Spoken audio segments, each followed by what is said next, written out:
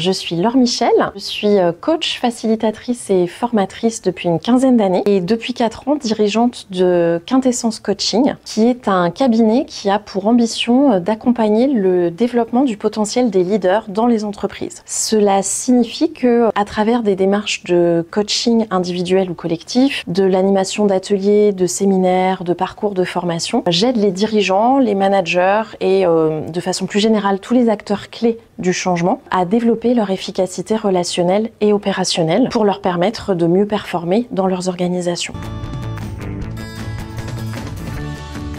Alors clairement par choix, j'ai été salariée pendant une vingtaine d'années et ces expériences dans des entreprises de grande et de petite taille m'ont beaucoup enrichi. Et puis est arrivé un moment dans ma carrière où j'ai eu envie d'écrire le prochain chapitre professionnel par moi-même. Et c'est de cette façon en fait que j'ai créé ma structure. Peut-être aussi que j'avais été inspirée par l'histoire familiale puisque mes parents étaient tous les deux professions libérales et donc finalement je baigne dans la culture entrepreneuriale depuis très longtemps.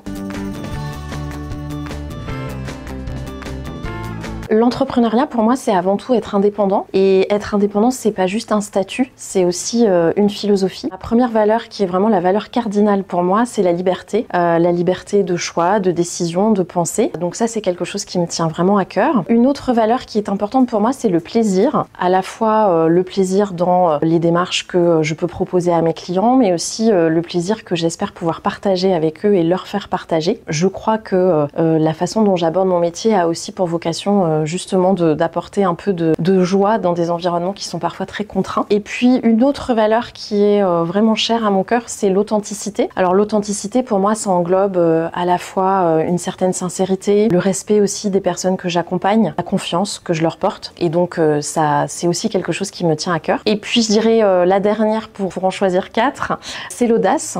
L'audace pour moi c'est oser se lancer, prendre des risques tout en restant dans une position d'entrepreneur responsable puisque je suis aussi très attachée à la responsabilité qu'on peut porter sur l'environnement, sur la société, sur le monde économique de façon générale.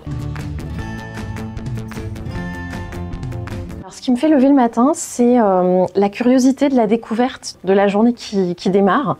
J'ai la chance de faire un métier dans lequel il n'y a pas 2 journées qui se ressemblent. Je rencontre chaque jour des personnes différentes, dans des environnements différents qui vont m'apporter des problématiques et des difficultés différentes, mais aussi m'apprendre des tas de choses. Donc c'est principalement ce qui me fait lever le matin. Et finalement, je crois que ce qui m'anime, c'est le mouvement. Voilà, c'est ce qui me booste en fait, de rencontrer des personnes et de contribuer à les faire bouger.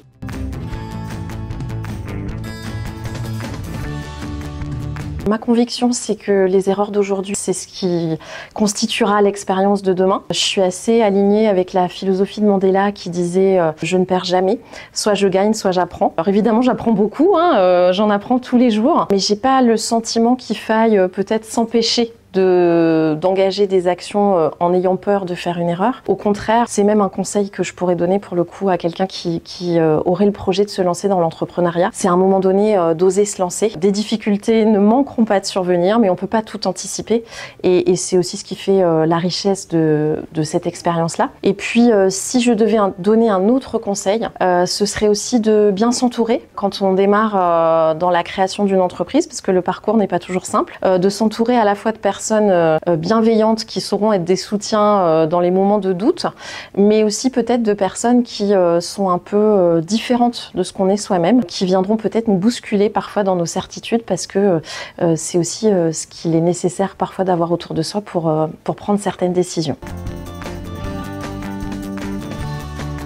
Alors de douter, je pense tous les jours, ça fait partie de mon ADN, je suis quelqu'un qui doute beaucoup, en tout cas qui se questionne beaucoup. Et en même temps, je pense que c'est aussi ce qui amène une certaine forme d'humilité, de poser des questions et de toujours s'interroger pour savoir si on prend les bonnes directions, si on peut refaire les choses d'une façon un peu différente. Me sentir seule, très peu. parce que j'ai la chance d'avoir autour de moi un réseau d'abord de confrères dont je suis très proche et avec lesquels je peux interagir lorsque de temps en temps je me pose certaines questions plutôt sur mon cœur de métier ou sur la façon dont je le vis et je le ressens. Et puis j'ai aussi, notamment à travers le club pro de Saint-Jean d'Angély, à travers les DCF également dont je suis adhérente, la chance d'avoir autour de moi un réseau d'entrepreneurs qui me ressource beaucoup, qui me donne de l'énergie, qui me permet aussi parfois de relativiser certaines difficultés en prenant conscience que les autres en rencontrent aussi. Donc la solitude n'est pas quelque chose qui me gagne au quotidien.